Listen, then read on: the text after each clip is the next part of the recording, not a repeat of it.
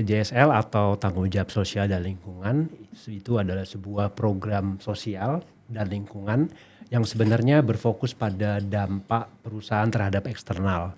Seringkali TJSL ini berkewajiban didasarkan atas regulasi. Nah, kalau dengan ESG atau Environmental, Social, dan Governance itu adalah sebenarnya komitmen pemerintah. Tujuannya dia merupakan kerangka terintegrasi yang embedded ke dalam operasional inti bisnis untuk mengukur keberlanjutan, kinerja, dan juga resiko.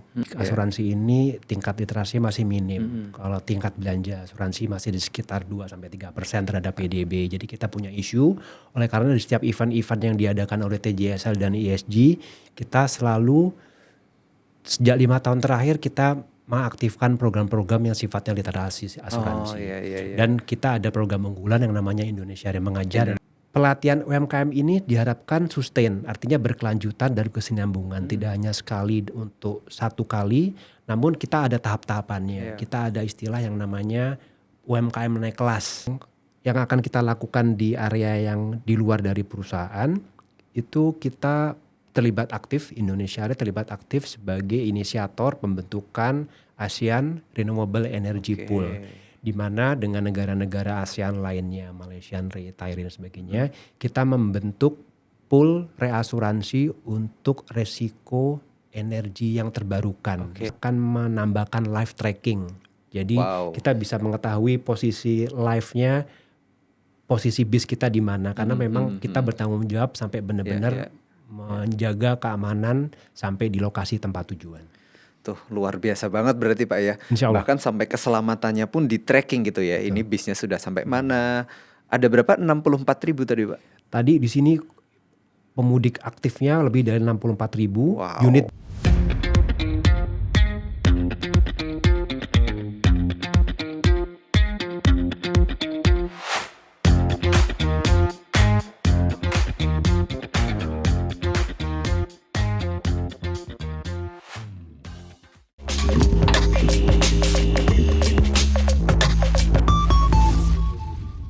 Halo Sobat Rio semuanya, kembali lagi di Rein Podcast, podcastnya Indonesia Re. Bersama saya Hendy yang akan memandu podcast kali ini. Sobat Rio semuanya, hari ini kita sudah kehadiran narasumber yang teman-teman mungkin sudah pada tahu. Kita sambut Bapak Mardian Aditya. Selamat datang di Rein Podcast Pak Mardian. Mungkin sebelum lanjut, boleh Pak Mardian memperkenalkan diri Pak? Halo semuanya, saya dengan Mardian Aditya, saya dari divisi TJSL dan ESG. Oke, terima kasih Pak Mardian sudah berkesempatan datang di podcast kali ini Pak. Mungkin untuk teman-teman semua mungkin banyak yang belum tahu nih Pak Mardian. Tadi kan sebagai kepala divisi TJSL dan ESG ya Pak ya. Mungkin dari Sobat Rio semuanya belum semuanya tahu nih Pak tentang ESG dan TJSL.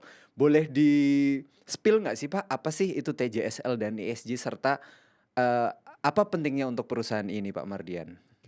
TJSL atau tanggung jawab sosial dan lingkungan itu adalah sebuah program sosial dan lingkungan yang sebenarnya berfokus pada dampak perusahaan terhadap eksternal. Seringkali TJSL ini berkewajiban didasarkan atas regulasi. Nah, kalau dengan ESG atau Environmental, Social, dan Governance itu adalah sebenarnya komitmen pemerintah. Tujuannya dia merupakan kerangka terintegrasi yang embedded ke dalam operasional inti bisnis untuk mengukur keberlanjutan, kinerja, dan juga resiko. Dan seringkali ini dijadikan tools untuk investor untuk mengukur perusahaan. Yang mana investor akan membidik perusahaan mana yang akan diinvest. Iya. Selain itu Pak Mardian, kan teman-teman generasi muda ini saat ini juga setahu saya tuh memiliki ketertarikan yang tinggi terhadap isu lingkungan dan keberlanjutan sesuai dengan yang ESG tadi itu kan Pak. Betul. Nah, di Indonesia Re sendiri atau di perusahaan sendiri bagaimana Indonesia Re dapat berperan Pak dalam menjawab tantangan tersebut melalui program TJSL dan ESG? Ya, betul sekali, memang kan concern dengan isu-isu apakah produk yang mereka beli, produk yang mereka konsum itu ramah lingkungan atau tidak. Sambil contoh bagaimana kita penggunaan sampah plastik, apakah kita sudah saatnya tidak menggunakan lagi limbah plastik. Oleh karenanya perusahaan sudah tahun yang lalu kita memberlakukan bahwa kita tidak lagi menggunakan air minum dalam kemasan. Dan memang kedepannya generasi muda ini juga concern bagaimana kita sama-sama menjaga bumi. Artinya komitmen mereka untuk kesadaran dalam diri sendiri sudah ada. Sehingga setiap kali ada event-event ESG dan TJSL mereka antusias untuk ikut dan sekaligus menjadikan ini sebagai hal yang bisa dibanggakan kalau mereka ketemu dengan klien dan pihak luar. Nah, Pak Mardian, sekarang kita kan dengan dengan keberlanjutan seperti itu ya, generasi muda kan sangat concern. Sementara di akhir-akhir ini kalau mungkin Pak Mardian lihat di berita Pak ya, sekarang kan cukup banyak ya Pak, seperti bencana alam dan ketidakpastian ekonomi yang sangat bisa dibilang mengganggu peace of mind teman-teman semuanya gitu Pak. Nah, seberapa penting menurut Pak Mardian terkait peningkatan literasi risiko dan asuransi di masyarakat ini Pak? Usaha untuk meningkatkan literasi ini memang penting karena kita akan menciptakan ketahanan finansial masyarakat, yaitu melindungi aset-aset mereka, kemudian juga mengurangi dampak kerugian ekonomi akibat kejadian tak terduga. Di mana memang asuransi core-nya adalah bisnis resiko, artinya kita mengantisipasi resiko masa depan baik sifatnya individual maupun secara besar ke dampak terhadap masyarakat sekitar. Nah, kita memang punya PR Mas Hendy. Asuransi ini tingkat literasi masih minim. Kalau tingkat belanja asuransi masih di sekitar 2-3% terhadap PDB. Jadi kita punya isu, oleh karena di setiap event-event yang diadakan oleh TJSL dan ESG, kita selalu sejak 5 tahun terakhir kita mengaktifkan program-program yang sifatnya literasi asuransi. Dan kita ada program unggulan yang namanya Indonesia Mengajar yang nanti akan dielaborasi lebih dalam. Berarti memang TJSL Indonesia ini memiliki fokus di bidang pendidikan seperti itu ya. Salah satunya tadi dengan program Indonesia Mengajar. Saya pun juga kayaknya sering ikut acara itu Pak, Indonesia Mengajar. Mudah-mudahan Mas Heri akan ikut di program-program berikutnya. Amin. Tapi perlu saya tambahkan tidak hanya di program pendidikan Pak Hendy. Jadi kita juga fokusnya di bidang sosial. Di situ juga ada pemberdayaan UMKM. Dan satu lagi di bidang lingkungan. Bidang lingkungan juga. Di 3 prioritas itulah kita akan memilih fokus di tahun ini. Oke, siap. Nah, berbicara terkait program pendidikan Pak tadi Pak ya, kan kita sudah melaksanakan banyak program-program pendidikan ya Pak. Nah, menurut Pak Mardian sendiri, bagaimana program yang sudah dilaksanakan ini di bidang pendidikan ini dapat berkontribusi dalam meningkatkan literasi keuangan, literasi asuransi, ataupun kesadaran generasi muda terhadap manajemen risiko Pak? Ya, selama ini dalam setiap program Indonesia Mengajar kita sudah melibatkan banyak pihak di berbagai event. Kita mengadakan untuk komunitas mahasiswa yang bidangnya asuransi. Kemudian juga sekaligus kita mengenalkan tentang reasuransi lebih dalam kepada mereka. Selain itu kita juga khusus mengadakan Indonesia Mengajar untuk media, awal-awal media. Dan juga kita juga pernah mengadakan di hadapan para UMKM dan pejabat provinsi, di mana memang mereka sangat antusias terutama asuransi yang kira-kira dimanfaatkan untuk bisnis UMKM.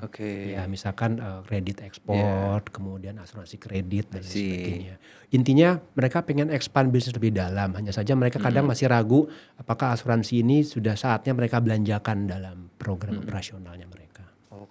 Ini menarik sih Pak terkait dengan UMKM karena memang sekarang juga generasi muda itu mulai melirik usaha-usaha melalui UMKM seperti itu Pak. Nah, bagaimana program TJSL di Indonesia sendiri dapat mendukung UMKM agar lebih tangguh dan berkelanjutan Pak Mardian? Jadi program itu memang selaras dengan strategi inisiatif yang kita lakukan, yaitu meningkatkan literasi, di mana strategi ini terintegrasi dengan rantai pasok inklusi sebagai vendor. Kemudian kita dengan adanya pelatihan-pelatihan itu kita mengadakan pelatihan manajemen keuangan dan digitalisasi. UMKM ini udah saatnya kita persiapkan supaya mereka kalau bisa sudah mainnya di pasar global. Dan mereka juga diharapkan punya akses modal untuk ekspansi sekiranya usaha mereka dihadapkan kepada persaingan global. Dan yang terakhir, kita perlu mereka untuk diadakan pendampingan, terutama penerapan bisnis yang ramah lingkungan. Jadi sedikit-sedikit kita sudah memperkenalkan aspek sustainability ke para UMKM kami. Dan kalau kita lihat sebenarnya pelatihan UMKM ini diharapkan sustain, artinya berkelanjutan dan kesinambungan, tidak hanya sekali untuk satu kali, namun kita ada tahap-tahapannya. Iya. Kita ada istilah yang namanya UMKM naik kelas. Jadi misalkan Oke. tadinya mereka hanya di lingkup lokal, Iya. begitu mereka ada inisiatif untuk main di pasar global, mereka kita persiapkan pengetahuan tentang asuransi, pengetahuan tentang ekspor impor dan lain sebagainya. Iya. Termasuk bagaimana cara mereka melakukan pengemasan produk dan juga memperkenalkan sekiranya mereka ingin jualan dengan menggunakan website. Jadi tidak hanya word of mouth, tapi Iya. juga mereka bisa promo melalui media sosial. Oke, menarik tadi terkait UMKM, berarti kita juga memiliki kebijakan yang komprehensif Pak ya. Ya. Dari A sampai Z, visi jangka pendek maupun jangka panjang pun sudah dihitung seperti itu Pak ya untuk UMKM. Nah, ini menyinggung tadi Pak yang terkait dengan isu lingkungan Pak. Teman-teman kan juga sangat concern terhadap isu lingkungan saat ini Pak Mardian. Nah, dari isu lingkungan tersebut Pak Mardian, saat ini jika Pak Mardian tahu bahwa terjadi perubahan iklim yang semakin menjadi perhatian global karena dampaknya sendiri sangat berpengaruh terhadap ekonomi dan kehidupan masyarakat baik dan di bidang lingkungan sendiri. Nah, bagaimana Indonesia Raya melalui program TJSL dan ISJ berupaya mendorong kesadaran akan pentingnya keberlanjutan lingkungan dan mitigasi risiko bencana serta meningkatkan ketahanan masyarakat terhadap risiko bencana dan perubahan iklim ini, Pak. Ada dua hal yang kita akan sampaikan di sini. Pertama, kalau kita merefleksi di tahun-tahun sebelumnya, kita sudah melakukan usaha-usaha untuk mengurangi emisi yang dihasilkan oleh operasional perusahaan. Antara lain, kita sudah bertransisi semula menggunakan kendaraan operasional dengan berbasis fosil. Kita sekarang sudah seoptimal mungkin menggunakan bahan bakar hybrid dan juga bahkan untuk kendaraan direksi kita sudah menggunakan electric vehicle.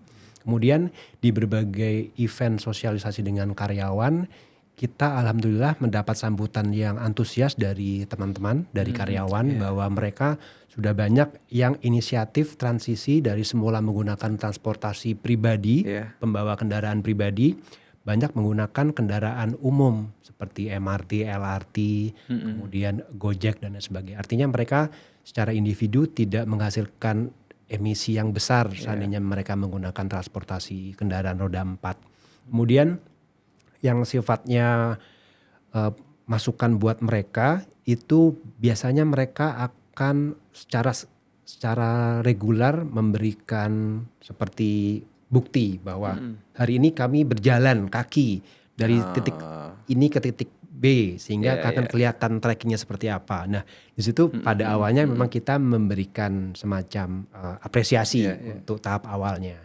Nah kedepannya memang kita ada berencana untuk melakukan program carbon footprint seperti arahan pimpinan. Nah yang akan kita lakukan di area yang di luar dari perusahaan itu kita terlibat aktif, Indonesia terlibat aktif sebagai inisiator pembentukan ASEAN Renewable Energy Pool, di mana dengan negara-negara ASEAN lainnya, Malaysia, Thailand dan sebagainya, kita membentuk pool reasuransi untuk resiko energi yang terbarukan. Di sini dominannya adalah sumber tenaga matahari dan tenaga air atau hydro. Nah di sini sudah ada poolnya kurang lebih 20 juta kapasitasnya untuk energi terbarukan tadi. Dan yang berikutnya kita sudah 2 tahun terakhir ini ingin supaya menghasilkan produk asuransi parametrik Mas Hendy. Jadi asuransi parametrik ini memberikan ganti rugi terhadap masyarakat atau pemerintah Pemprov seandainya mereka punya aset-aset yang terdampak gempa bumi, tsunami atau longsor. Ini menurut saya ini merupakan program bagus sekali, program mercusuar yang perlu diteruskan untuk Indonesia Re karena dia juga nanti bisa generate premi. Kebayangkan tadinya mereka merupakan program yang uninsurable, ditanggung oleh masing-masing individu. Sekarang mungkin akan diarahkan, mudah-mudahan bisa diarahkan pembiayaannya melalui APBN dan DRFI. Luar biasa. Berarti memang program-program dari ESG ya berarti tadi Pak masuknya ya? Sebenarnya kita ikut aja, sebelumnya sudah ada di 2 tahun sebelumnya. Tapi ESG akan mengawal program ini supaya terrealisasi di 2026. Oke, siap Pak. Nah kita ngomongin tentang ESG nih Pak, environmental, apalagi Sosial dan social governance. and governance. Betul. Nah, tadi sudah dijelaskan oleh Pak Mardian terkait apa namanya kebijakan-kebijakan seperti teman-teman juga sudah mulai memakai transportasi umum, kemudian foto seperti itu Pak ya. Nah, bagaimana penerapan ESG ini Pak dapat diintegrasikan dalam operasional dan strategi perusahaan Pak Mardian? Eh, Direksi telah membentuk workstream ESG. Jadi workstream ini merupakan SK, surat keputusan direksi, di mana anggotanya adalah ad hoc dari berbagai divisi yang meliputi teman-teman di divisi teknik, divisi keuangan, dan Indonesia Institute. Iya. Nah, paling tidak melalui 3 area tersebut kita mungkin lebih kuat lagi menancapkan kuku ESG ke dalam area operasional perusahaan. Oke. Sehingga harapannya makin ada bukti-bukti konkret jejak sustainability dalam operasional perusahaan. Misalkan yang tadi AREP sudah ada di tempat-tempat tim teknik, namun juga bukti bahwa akseptasi untuk risiko-risiko yang green itu meningkat. Oke. Mungkin dengan sawit, Iya. kemudian baterai untuk nikel, lithium ion dan lain sebagainya. Kemudian juga kita memantau portofolio investasi kita yang mana sejak tahun 2023 kita sudah mengambil opsi untuk membeli green bonds. Nah, dari tahun ke tahun kita pantau peningkatannya. Dan memang alhamdulillah gain yang didapat dari green bond itu cukup bagus. Sehingga kita antusias untuk meningkatkan portofolio dari tahun ke tahun.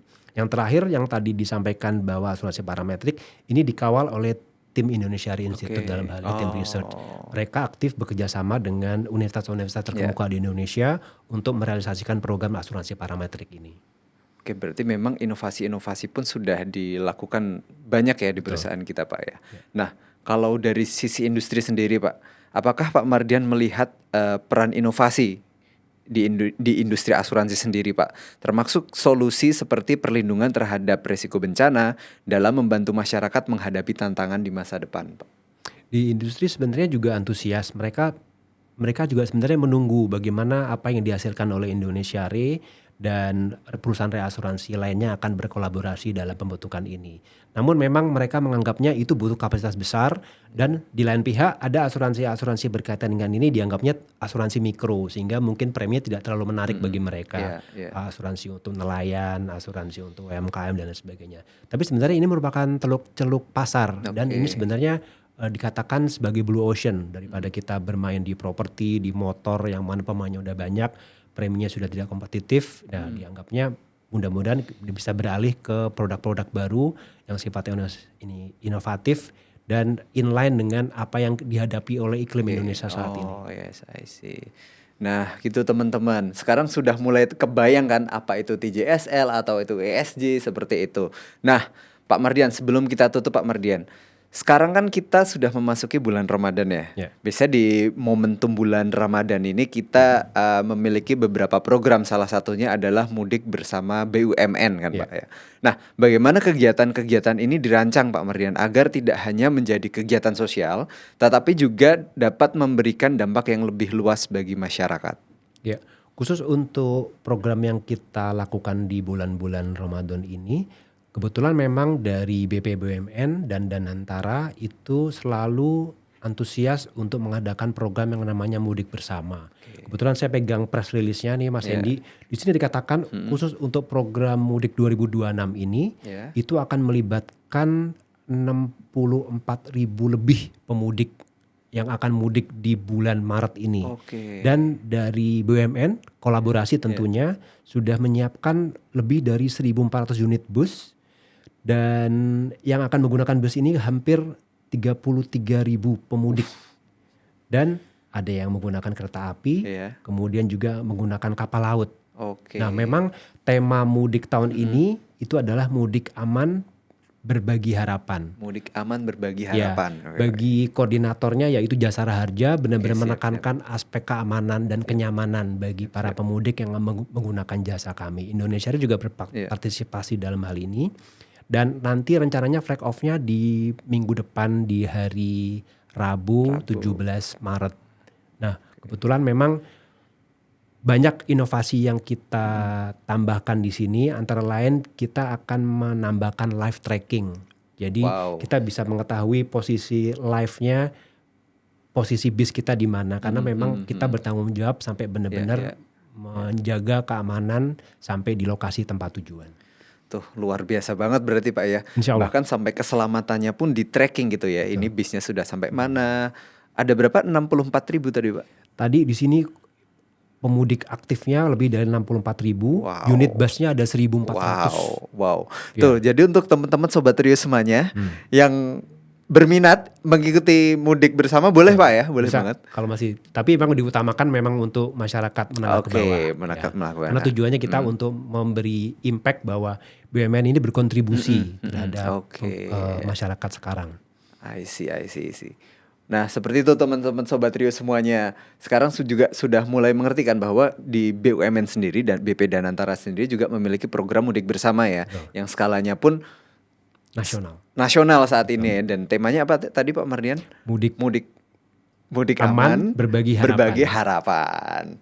Oke Pak Mardian, terima kasih Pak Mardian sudah berkenan untuk hadir di podcast kali ini. Semoga teman-teman Sobat Trio semuanya juga mendapatkan pelajaran dan pemahaman mengenai ESG dan TCSL ini Pak. Oke Sobat Trio semuanya, kita sudah sampai di penghujung podcast kali ini. Jangan lupa like, subscribe, komen, dan follow Instagram dan media sosial Indonesia Re. Sampai jumpa di podcast selanjutnya. Bye.